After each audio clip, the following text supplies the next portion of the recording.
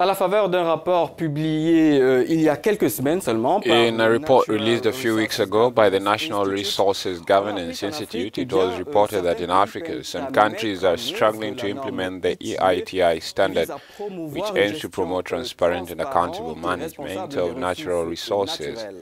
Regarding governance in the mining sector, Zimbabwe and Mauritania have been rated poorly, and on the other hand, countries such as Ghana for oil and Burkina Faso for its mines have had satisfactory scores.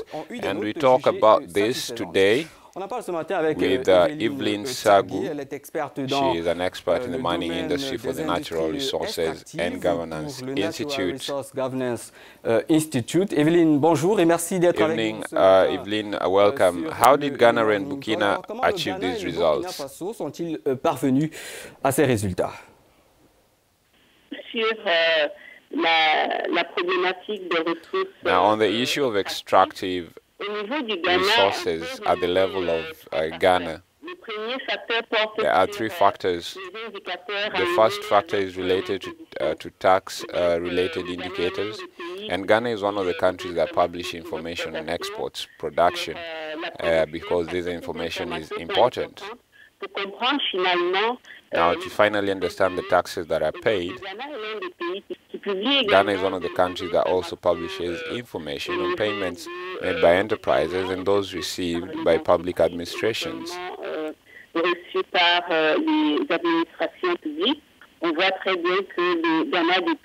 We can see very clearly that Ghana has now reached the standard of EITI 2007, which is the second aspect that can be noted in Ghana, is the performance of the public company, ENPC, which has clear rules for the transfer of funds from company to the public treasury. Le troisième aspect porte sur la gestion du fonds souverain. Le Ghana vient en deuxième position au niveau global quant à la gestion de son fonds qui accueille les revenus du secteur pétrolier. Au niveau du Burkina, la particularité... Now, Burkina Faso, the level of Burkina is the peculiarity is in the effectiveness of the control structures. And so we can still see some vigilance of parliamentarians, and this adds to the rigor of the tax authority in the follow-up or the collection of taxes.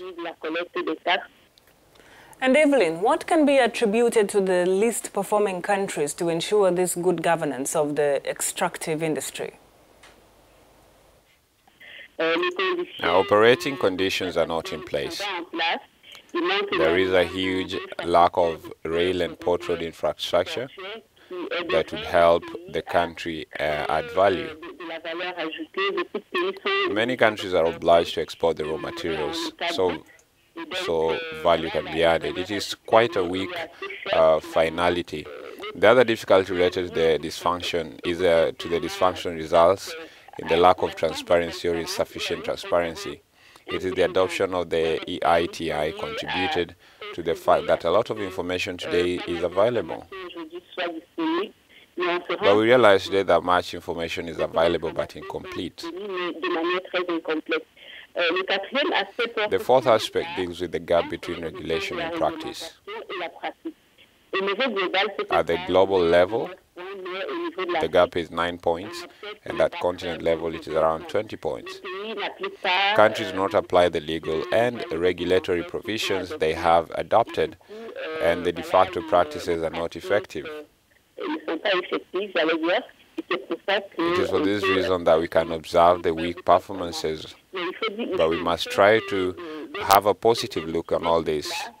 There is a willingness today of countries in the sub-Saharan Africa of having more transparency and improve their performance.